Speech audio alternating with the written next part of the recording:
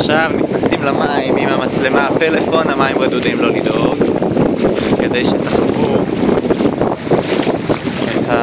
גם הצלילות של המים וגם הגן העדן הזה שנקרא לגונה לה פרדיס.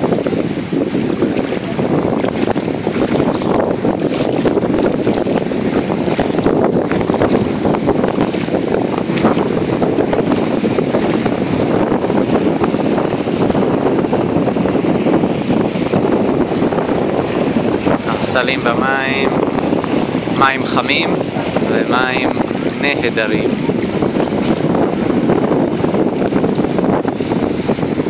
זה החוף.